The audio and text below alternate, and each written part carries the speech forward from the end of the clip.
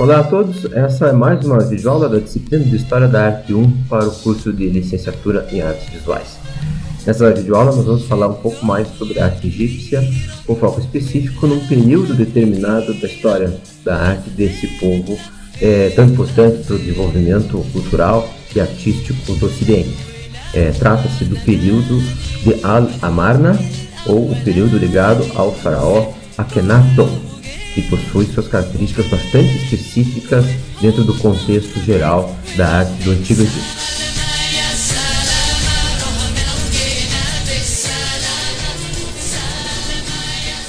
Recapitulando um pouco o que nós falamos na última aula, vamos lembrar que o Médio Império é marcado, então, pela reunificação do Egito através da liderança do faraó chamado Mentuhotep II, do qual existe essa estátua osírica datada entre 2061 e 2010 a.C. O que é exatamente uma estátua osírica? Trata-se de uma estátua que identifica o faraó com a figura do deus Osíris. Como eu tinha dito no anterior, o faraó é entendido como uma divindade, e essa divindade podia ser diferente ao longo dos vários períodos da história egípcia.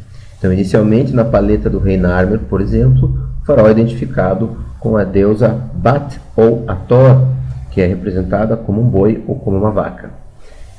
No período do Antigo Império, vários faraós, aqueles das pirâmides, eles eram identificados com o deus Horus. E a partir do Médio Império, a identificação dos faraós se dará com o deus Osíris. Quem é Osíris no contexto, então, da compreensão do cosmo pelos egípcios?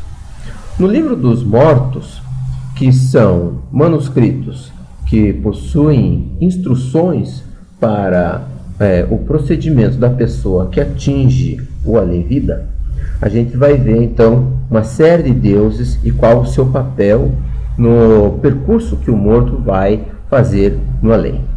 Então, do lado esquerdo nós vemos essa figura chamada de Unefer, nesse livro dos mortos que está no British Museum, e ele é conduzido pelo deus Anubis. Observem que o deus Anubis carrega na sua mão essa cruz, parece uma cruz com uma alça, né? Que é um elemento chamado de Ankh, que significa a circularidade da vida.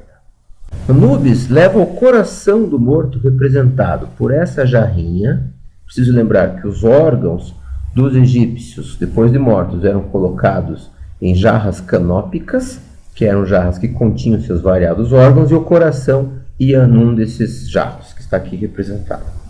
O coração do morto é pesado, então, em comparação com uma pena, que se chama Maat. Esta pena representa um conceito ou uma deusa, que é um conceito de harmonia e de justiça. Caso o seu coração seja mais pesado do que esta pena, o morto pode ser devorado, então, por essa criatura mitológica chamada Amit. O Amit, ele é composto de cabeça de crocodilo, a parte frontal de leão e a parte posterior de hipopótamo. Esses eram os três animais mais temidos pelos antigos egípcios. Todo esse processo era contabilizado pelo deus Tot, que possui a cabeça de um pássaro chamado Ibis. Tot é também o patrono dos escribas, então ele realiza o papel do escriba, ligado fundamentalmente aos trabalhos de contabilidade. Tendo sido aprovado no seu julgamento, então, Unefer tem sua alma levada pelo deus Horus, que é essa figura que tem a cabeça de falcão. Horus é o deus do céu e o deus dos vivos. Vejam que ele também carrega o Ankh, né, esse símbolo da circularidade da vida, nas suas mãos.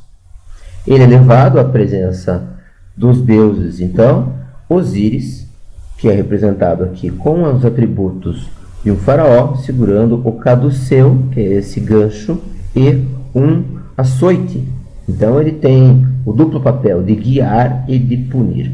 E ele é acompanhado de Ísis, a sua esposa, e Néftis, que é a irmã de Ísis. Na lenda de Osíris, ele teria sido despedaçado pelo seu irmão malvado Sete, e seus pedaços teriam sido espalhados por todo o Egito. Horus, sobrevoando o território egípcio, encontra esses pedaços, os reúne, e então Ísis e Néftis reúnem todos esses pedaços e fazem com que Osíris reviva no pós-morte.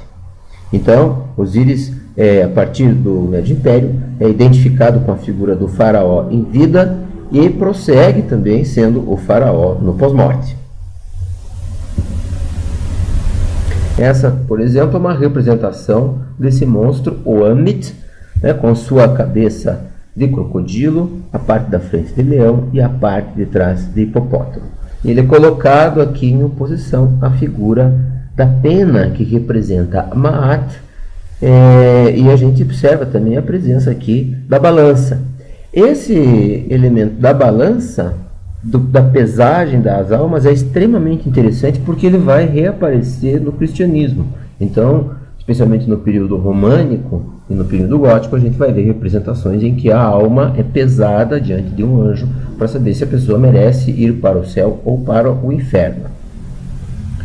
Sobre esse conceito de Maat, ela é representada como uma deusa, muitas vezes, uma mulher aqui colocada sobre uma almofada, dotada de asas, e ela era tanto uma deusa quanto principalmente um conceito abstrato, um princípio ligado à justiça, à ordem e à harmonia.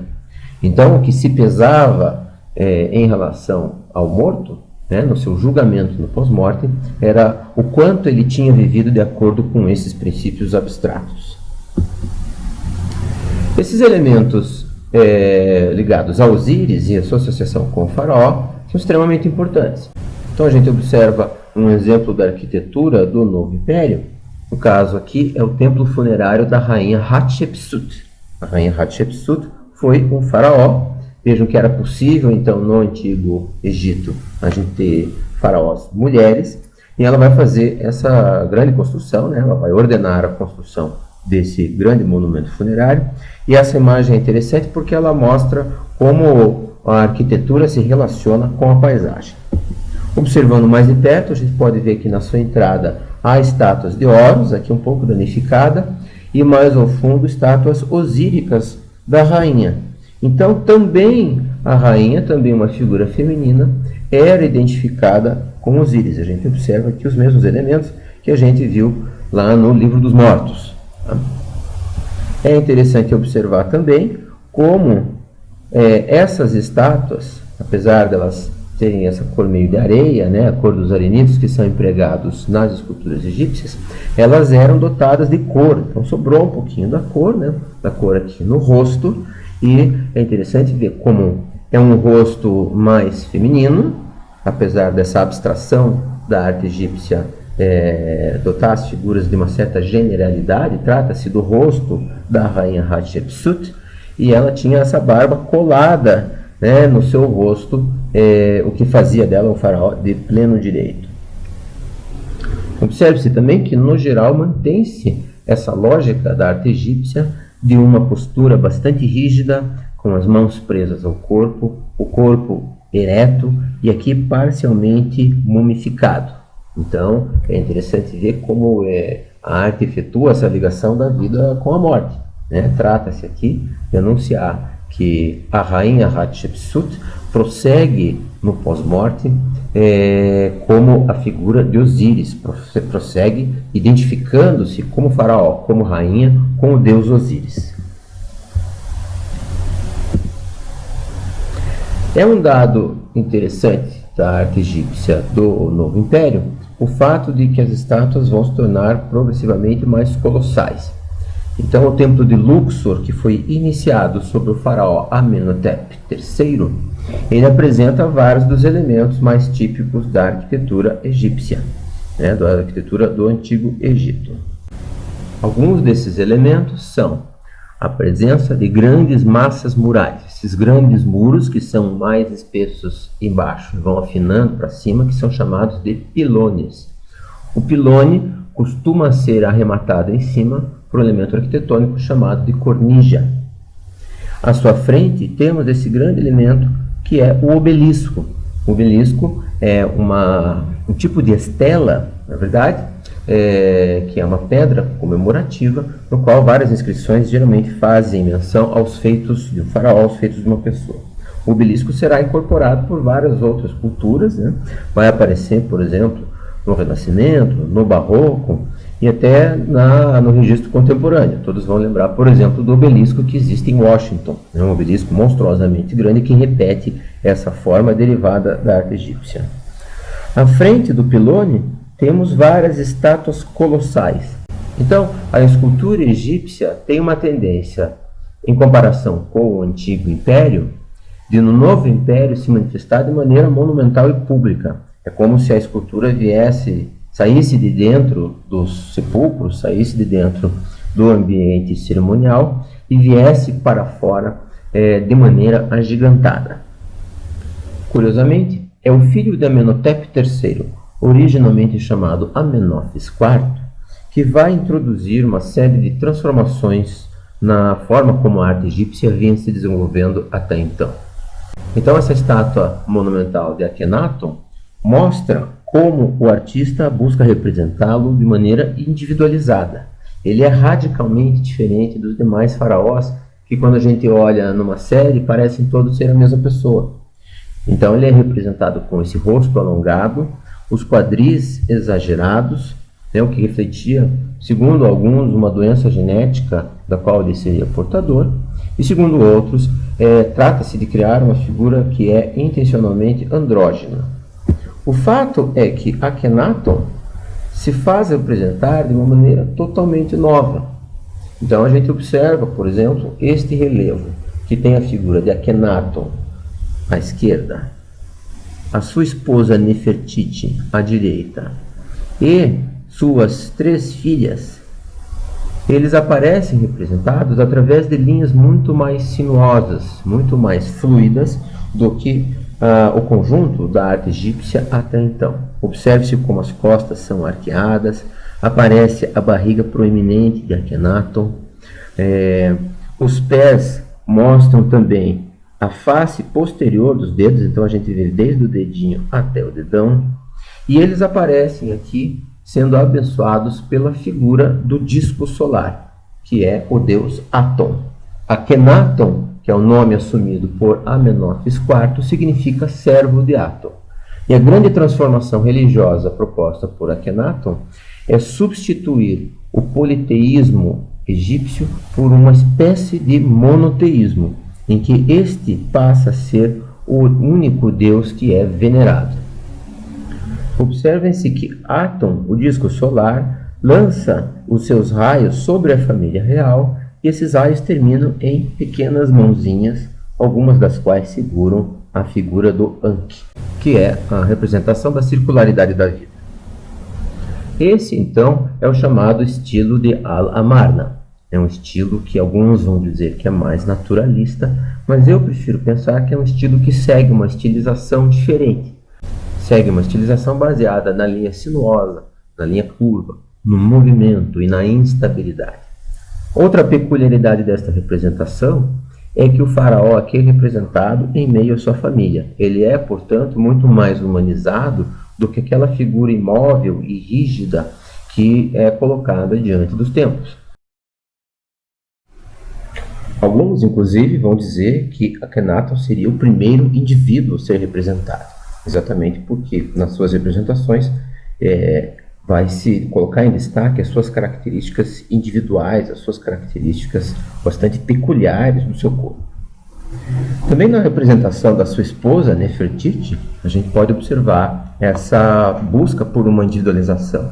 Nesse belíssimo busto de Nefertiti, de 1350 a.C., vai se destacar, então, não apenas a regularidade dos traços, mas um grande naturalismo que a gente pode observar na construção da face, mas, ao mesmo tempo, não deixa de haver uma certa estilização, como, por exemplo, no comprimento do pescoço, o que coloca essa figura como uma figura que, de certa forma, se afasta do comum. Ela é e sempre será ainda uma rainha.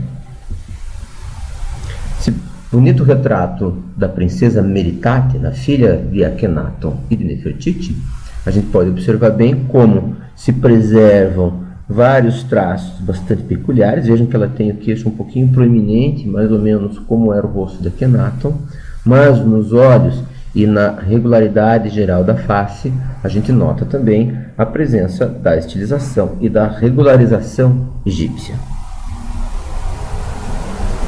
As representações bidimensionais vão se caracterizar muito por essa fluidez da forma, né? Então, nesse relevo colorido, que alguns estudiosos veem a presença da princesa Meritaten e desse personagem Smenkari, é um personagem sobre o qual sabe-se bastante pouco, mas seria uma espécie de corregente com Akhenaton, a gente vê um passo que já é uma representação de movimento. É bem diferente daquele passo dado, por exemplo, nas estátuas do Antigo Império, que era aquele pé para frente muito rígido, em que a gente não tem uma articulação dos quadris, e aqui a gente observa, né? É um passo mesmo, ele está caminhando, inclusive o tecido fluido que desenha essas linhas sinuosas busca criar então essa sensação de movimento. Para alguns, esse estilo de Alamarna, ele seria um estilo derivado de um outro gênero de escultura que são os chamados Shabti, que são figuras que eram colocadas junto aos sepulcros de servos, que eram colocados então para servir um nobre no além-vida. Para servir um nobre no além-vida. Então, isso existe desde muito antigamente. Então, essa estátua aqui é uma estátua ainda do período do Antigo Império, que a gente vê uma mulher moendo grãos, e note-se que há toda uma representação de movimento muito menos rígida do que aquela que a gente observa nas estátuas que representam as figuras nobres, né? E mesmo nesse passo bastante duro, bem típico da arte egípcia, há uma busca por essa movimentação, com o braço estendido para cima, elementos mais do dia a dia. Então ela segura um pássaro na mão, segura esse cesto na cabeça, e tudo isso teria sido transmitido, então, ou melhor, e tudo isso teria sido incorporado dentro da arte de Alamarna, já que Akhenaton é entendido como um servo de Aton, que é o significado do nome dele. Então faz um certo sentido pensar que ele, ao se considerar como servo deste Deus superior, ele se faça representar dentro de uma linguagem visual que era destinada aos servos. Muito embora se preserve bastante da nobreza e da altivez que se espera de um rei e de uma rainha. Mas é notável no período de Alamarna, nessa arte ligada ao faraó Akhenaton, a presença dessa humanização, como a gente vê, por exemplo, nesse belo conjunto de mãos. É um fragmento apenas de uma estátua, mas era um fragmento de uma estátua que representava Akhenaton e Nefertiti. E nessas duas mãos juntas a gente vê toda a expressão dessa afetividade que é bastante humana e, portanto, se distancia daqueles deuses encarnados que eram típicos do Antigo Império. A revolução de Akhenaton, no entanto, não dura. Quando ele é substituído por Tutankhamon, a arte volta gradativamente à sua altivez e à sua rigidez anteriores. Essa famosa máscara de ouro de Tutankhamon apresenta elementos naturalistas, sem deixar, no entanto, de demonstrar essa precisão geométrica, essa precisão compositiva e a elegância da arte egípcia, mas já aponta para um retorno aos padrões mais antigos. A influência de Alamarna, a influência da arte da era de Akhenaton, aparece ainda no trono de Tutankhamon, em que a gente vê a figura do faraó.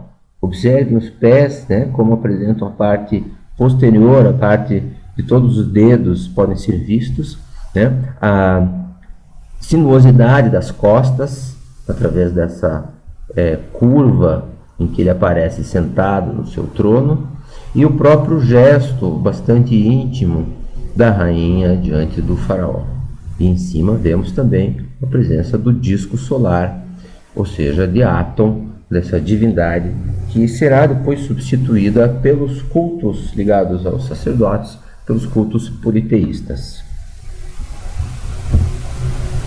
É sob Ramsés II que a arte egípcia atinge, de certa forma, o seu auge. Então, nesse templo de Abu Simbel, vemos a figura do próprio faraó repetida 4 vezes na clássica postura rígida desse Deus, então, encarnado, que aparece sentado, as mãos rigidamente postadas ao lado do corpo, sobre os joelhos, ordenada segundo um rígido sistema de proporções. O expansionismo liderado por Ramsés II o coloca como essa figura divinizada e distante dos mortais. Então a figura dele vai aparecer repetida em vários templos, como é o caso dessa estátua colossal no templo de Luxor, que tinha sido iniciado pelo pai de Akhenaton, mas vai ser bastante expandido por Ramsés, que vai liderar uma grande campanha expansionista. O nome de Ramsés II aparece repetido inúmeras vezes nas verdadeiras florestas de colunas do templo de Karnak. É interessante observar as dimensões, as proporções dessa obra absolutamente grandiosa, que reforça essa ideia, então, de que, na sua essência, a arquitetura egípcia se baseia na massa, se baseia no peso e na representação da grandiosidade. Se o objetivo de Ramsés era atingir a eternidade, certamente numa obra como essa ele conseguiu. Com essa imagem, encerramos então esse estudo sobre a arte egípcia. Agradeço a todos pela audiência e desejo a todos saúde, boa sorte e felicidade. Até a próxima!